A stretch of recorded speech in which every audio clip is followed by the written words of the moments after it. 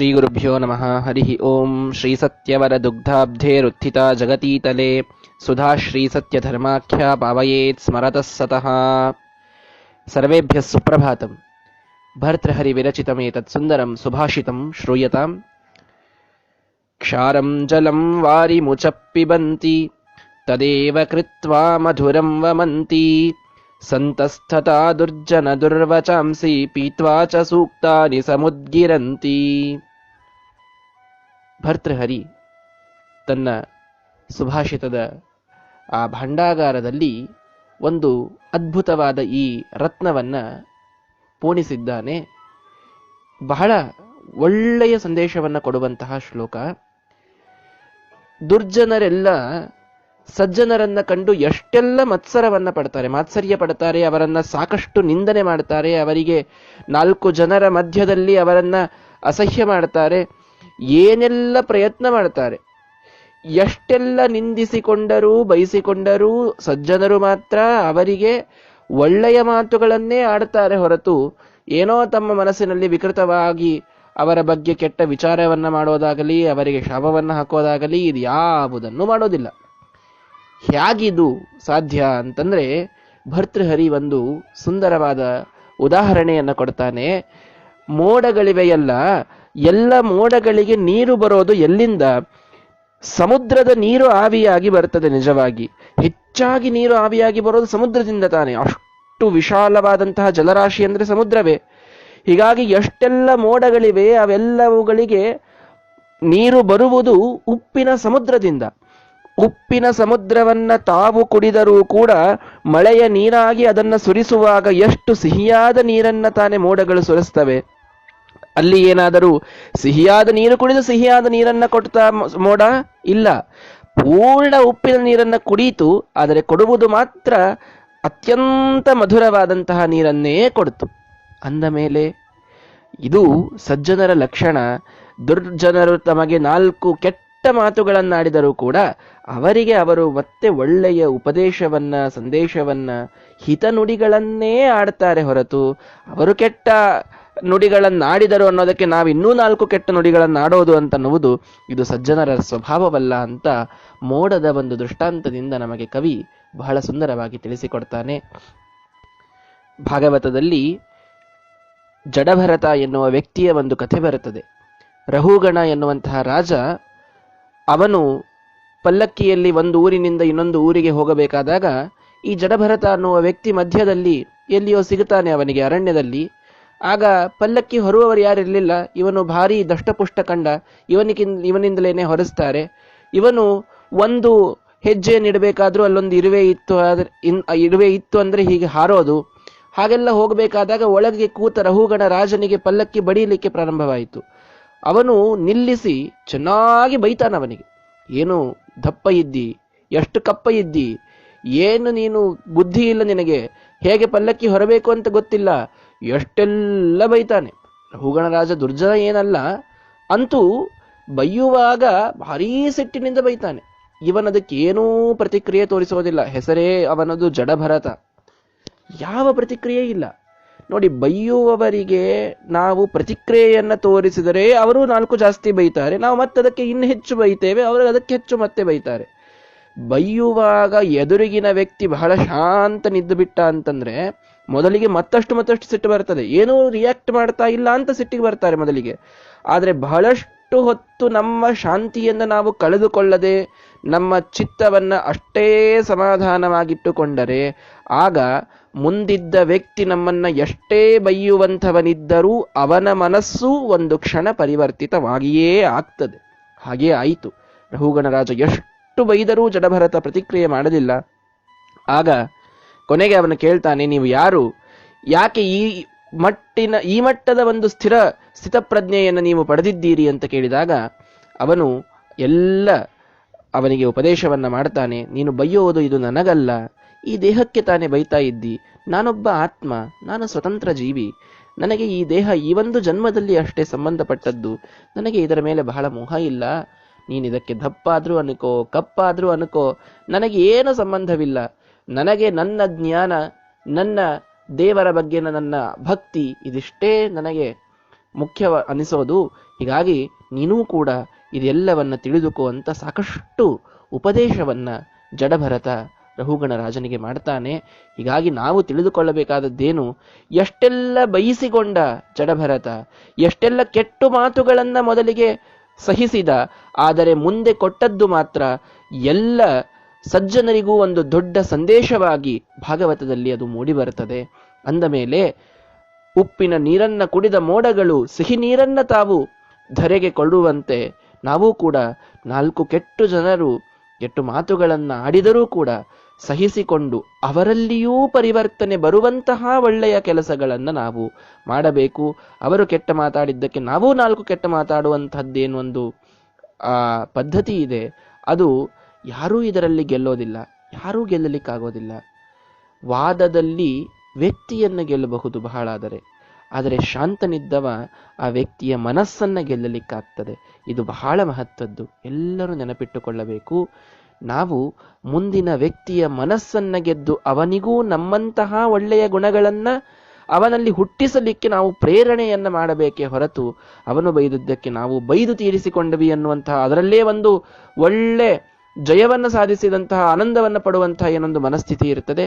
ಇದು ಬಹಳ ದೀನರ, ಬಹಳ ಸಣ್ಣ ಜನರ ಮನಸ್ಥಿತಿ ಅನ್ನುವುದನ್ನು ನಾವು ಅರ್ಥ ಮಾಡಿಕೊಳ್ಳಬೇಕು. ಹೀಗಾಗಿ ಕೆಟ್ಟ ನಿಂದನೆ ಮಾಡುವವರಿಗೂ ಒಳ್ಳೆಯ ಮಾತುಗಳನ್ನೇ ಆಡುವಂತಹ ಪ್ರಯತ್ನವನ್ನು ನಾವೆಲ್ಲರೂ ಕೂಡ ಮಾಡೋಣ ಅಂತ ಹೇಳ್ತಾ, ನಾಳೆ ಮತ್ತೊಂದು ಸುಂದರ ಸುಭಾಷಿತದೊಂದಿಗೆ ನಿಮ್ಮ ಮುಂದೆ ಸಿಗುತ್ತೇನೆ. ಶ್ರೀಕೃಷ್ಣಾರ್ಪಣಮಸ್ತು. ಜೈ Shriram. Bhartrihari, the great poet of Subhashita Trishati, gives a great message in this Subhashita.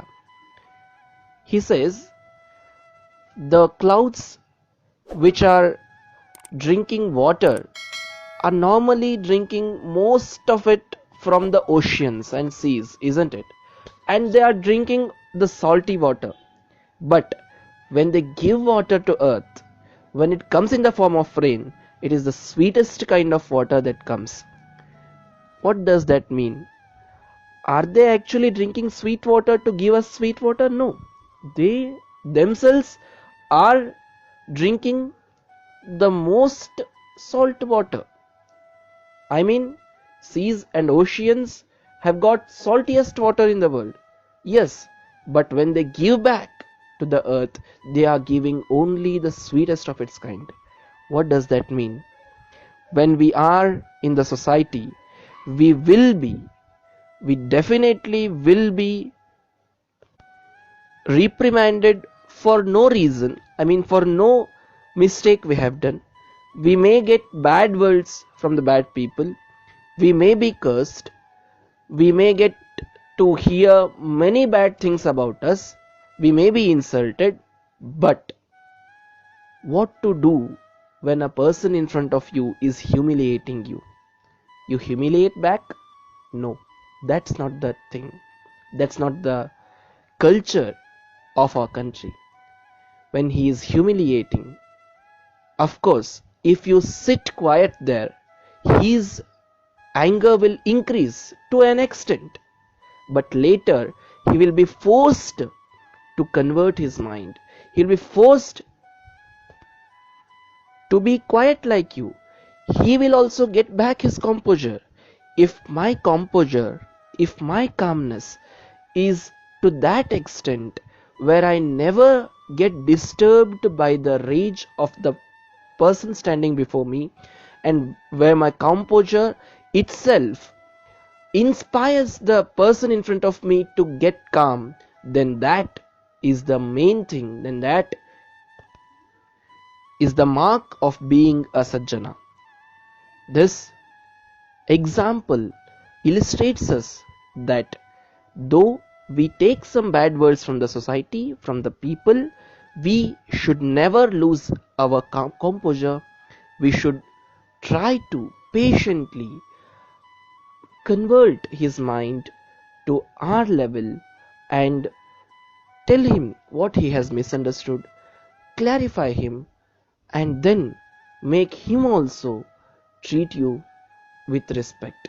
Now that is the culture of this land. we hear a beautiful story from Bhagavata of Rahugana Maharaja. He was a king. He was sitting in a royal palanquin and was crossing a forest.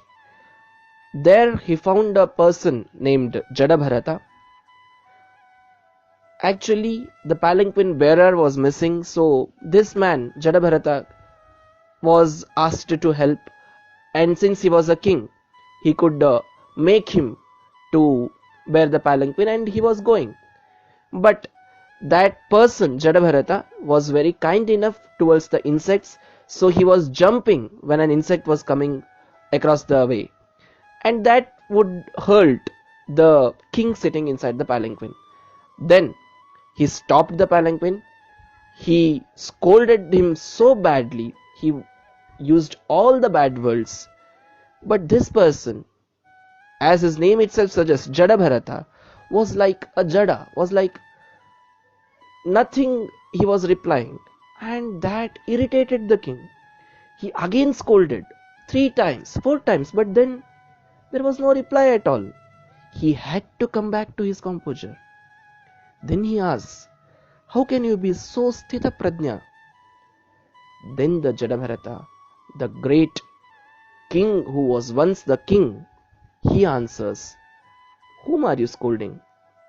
This body? You are saying it is black? You are saying I am fat? Okay, whom are you scolding? This body? I am the soul. I am independent. I am beautiful.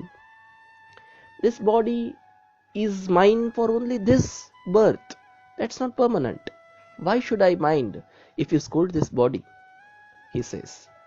And then his sermon becomes a great part of Bhagavata. Now here Rahugana will cease to his composure, and then he becomes his follower.